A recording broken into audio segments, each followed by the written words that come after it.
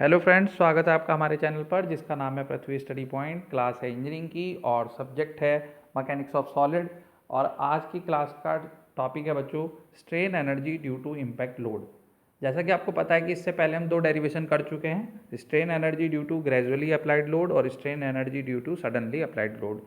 उन दोनों क्लास का लिंक जो है आपको डिस्क्रिप्शन में मिल जाएगा बच्चों, क्योंकि कनेक्टेड हैं ये सारे लेक्चर। अब तीसरे डेरिवेशन की तरफ चलते हैं। ये डेरिवेशन बच्चों ज़्यादा इंपॉर्टेंट है, ठीक है। तो देखते हैं इस तीसरे केस में क्या होना है। तो जैसे नाम से आपको समझ में आ रहा है, ड्यू टू इम्पैक्ट लोड या फॉलिंग लोड भी कहते हैं, मतलब किसी बॉडी पर किसी हाइट से कोई वेट गिराया जाएगा, ठीक है। तो आप डायग्राम देख रहे हैं, यहाँ पर एक ये रॉड है, ठीक है, जिसके एंड में कॉलर लगा हुआ है और इस कॉलर पर ये लोड देख रहे हैं आप, ये h ऊंचाई से गिराया जाएगा, ठीक है। और इस रॉड की लंबाई कितनी है, स्मॉल l है। जब ये वेट इस पर गिरेगा तो कुछ इस तरीके से इलोंगेशन होगा। तो माना है कितना इलोंगेशन हो रहा है, डेल्टा एल इलोंगेशन हो रहा है। समझ में आ रहा है बच्चों? यही चीज़ हमने यहाँ लिखी है, consider the situation when a load P is allowed to fall freely on the collar attach to the lower end of the bar. फिर इसमें कंसिडरेशन है जैसे बाकी के डेरिवेशन में थी कि P क्या माना है, load applied with impact. A हो गया आपका cross sectional area of the bar, E हो गया यंग मॉडुलस, ठीक है, L हो गया length of bar, delta L हो गया deformation of the bar, sigma हो गया स्ट्रेस इंड्यूस्ड, ठीक है, एच हो गया height through which the load will fall. H वो हाइट हो गई जहां से वेट ऊपर से कॉलर पर गिराया जा रहा है, ठीक है बच्चों। डेरिवेशन इतना मुश्किल नहीं है लेकिन इंपॉर्टेंट है, पहले भी कई बार एग्जाम में पूछा जा चुका है। तो स्टार्ट करते हैं। देखिए इसके बाद क्या आ रहा है बच्चों, ये आया work done equal load into distance move. तो लोड आपको पता है इसमें कितना लग रहा है, P। डिस्टेंस मूव में देख रहे हैं आप कितनी लिखी है, h प्लस डेल्टा एल। अब ये आपको थोड़ा यहाँ देखना पड़ेगा, ये आपका लोड देखिए यहाँ से लेके टोटल डिस्टेंस कहाँ तक जा रहा है, ये हाइट तो ये हो गया और डेल्टा एल ये चला, तो टोटल डिस्टेंस कितनी हो गई, h प्लस डेल्टा एल। समझ रहे हैं बच्चों? तो यहाँ पे आ गया h प्लस डेल्टा एल, इसको आपने मान लिया इक्वेशन नंबर 1, ठीक है। उसके बाद the strain energy stored by the rod. Strain energy का फॉर्मूला हम पहले के डेरिवेशन में निकाल चुके हैं, ठीक है। तो यहाँ पर वो डायरेक्ट यूज होगा, U बराबर sigma square upon 2E into A into L. इसको मान लेंगे इक्वेशन नंबर 2, ठीक है। और हम ये भी जानते हैं कि जो हम वर्क डन करते हैं वही स्ट्रेन एनर्जी के इक्वल होता है। तो मैं इस वर्क डन को इस स्ट्रेन एनर्जी के इक्वल कर दूंगा। ये देखिए, इतना समझ में आया बच्चों? इसके बाद इसमें कॉन्सेप्ट छोटा सा ही है बच्चों, लेकिन कैलकुलेशन जो है ना इसमें थोड़ी मैथमेटिक्स का यूज ज़्यादा होगा आगे, तो आप देखते रहना भी। तो ये तो ऐसे ही रहेगा।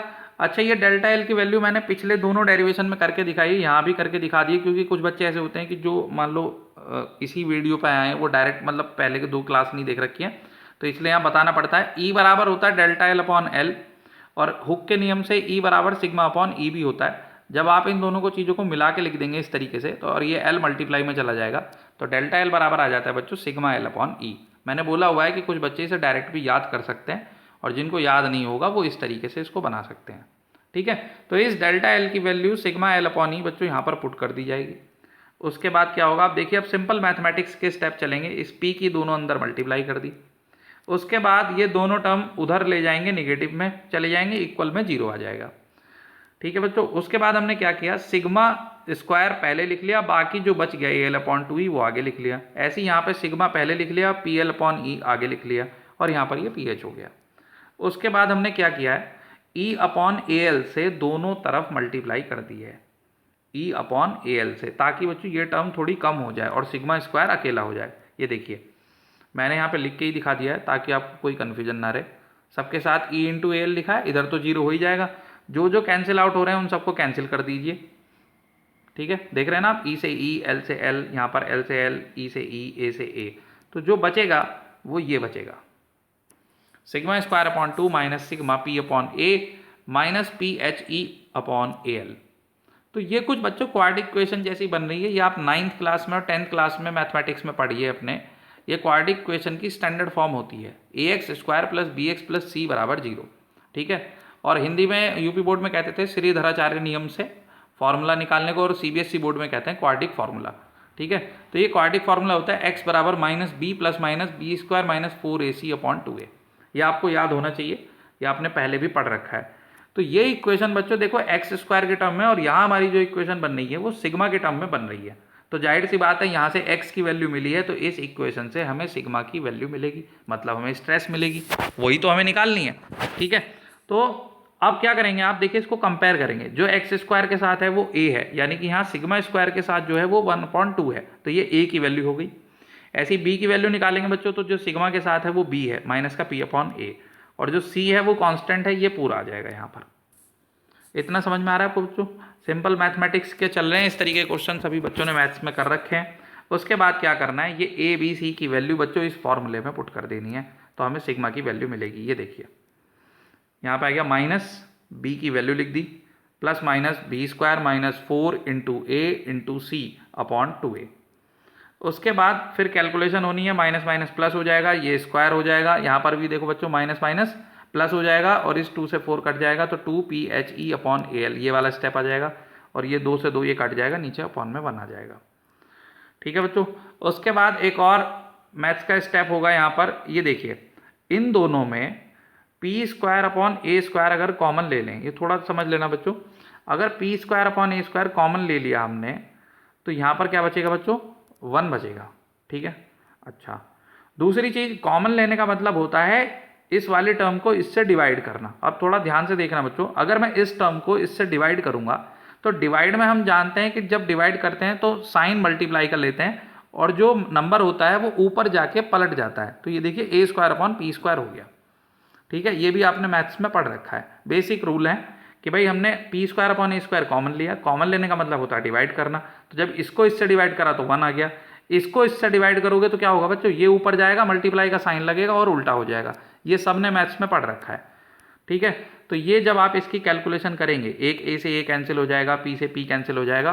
ठीक है, तो कुछ ऐसा बचेगा 1 + 2aeh/pl, और ये p²a² क्या हुआ बच्चों, ये रूट के बाहर आ गया, तो कितना बचेगा, p/a बचेगा, क्योंकि स्क्वायर की टर्म जब स्क्वायर रूट के बाहर आएगी तो सिंगल रह जाएगी। ठीक है, p² बाहर आके p हो गया, a² बाहर आके a हो गया। उसके बाद p/a दोनों में से कॉमन लिया जा सकता है, दोनों में से कॉमन ले लिया, तो यहाँ पर बच्चों 1 प्लस माइनस और दिस ये बचा। ठीक है, निगेटिव वाली वैल्यू जो आएगी भाई, सिग्मा की 2 वैल्यू आई, एक प्लस के साथ एक माइनस के साथ, माइनस वाली वैल्यू को नेग्लेक्ट कर देंगे, तो सिर्फ प्लस वाली वैल्यू को कंसिडर कर लेंगे। तो ये बच्चों हमें फॉर्मूला मिल गया इसका। समझ में आ रहा है बच्चों? ये आपको याद करना पड़ेगा, क्योंकि जब स्ट्रेन एनर्जी के न्यूमेरिकल होंगे तो उन न्यूमेरिकल में मैंने आपको बताया था कि उनमें कंडीशंस आएगी। तो अगर धीरे धीरे भार लगा जा रहा है, ग्रेजुअली अप्लाइड लोड लिखा जा रहा है, तो उसमें ये लिख के आएगा। न्यूमेरिकल इसके भी आएंगे कि किसी बॉडी पर किसी हाइट से भार गिराया जाता है, तब उसमें स्ट्रेन एनर्जी फाइंड कीजिए। तो उस केस में आपको क्या करना होगा, सिग्मा की वैल्यू तो बच्चों इस फॉर्मूले से निकालनी पड़ेगी। ठीक है, और ये सिग्मा की वैल्यू फिर स्ट्रेन एनर्जी के फॉर्मूले में रख के वहाँ से स्ट्रेन एनर्जी निकालनी होगी। समझ में आ रहा है बच्चों आपको? अच्छा, फिर इसी में ही थोड़ा सा एक पार्ट देख लेते हैं। अगर सपोज करो इसमें हम हाइट 0 कर दें, h की वैल्यू 0 कर दें, मतलब जो h क्या था, जिस ऊंचाई से भार को गिराया जा रहा है। तो जब आप अगर h की जगह 0 रख के देखेंगे, तो यहाँ पे जब आप कैलकुलेशन कर रहे हैं तो ये आ रहा है सिग्मा बराबर 2p/a। अगर आपको ध्यान हो तो ये वही स्ट्रेस है जो सडनली अप्लाइड लोड में आई थी। ये देखो यहाँ पे लिखा है, hence in case of 0 height stress induced in the bar is equal to the stress produced by the same load but applied suddenly. मैंने बताया ना, ये फॉर्मूला किसके बराबर था, जब हमने स्ट्रेस सडनली अप्लाइड की थी तब सिग्मा बराबर 2 × p/a ही आया था। तो ये बच्चों डेरिवेशन हो गया पूरा। उम्मीद करता हूँ आपको समझ में आया होगा ये। ठीक है, इसमें मैथमेटिक्स का पोर्शन ज़्यादा है, लेकिन ये डेरिवेशन इंपॉर्टेंट है, एग्जाम में पहले भी ये पूछा जा चुका है। ठीक है, अगर डेरिवेशन समझ में आया बच्चों तो वीडियो को लाइक जरूर करा करें, और जो नए हैं वो चैनल को सब्सक्राइब कर लें। मिलेंगे नेक्स्ट क्लास में नए टॉपिक के साथ, तब तक पढ़ते रहिए, खुश रहिए।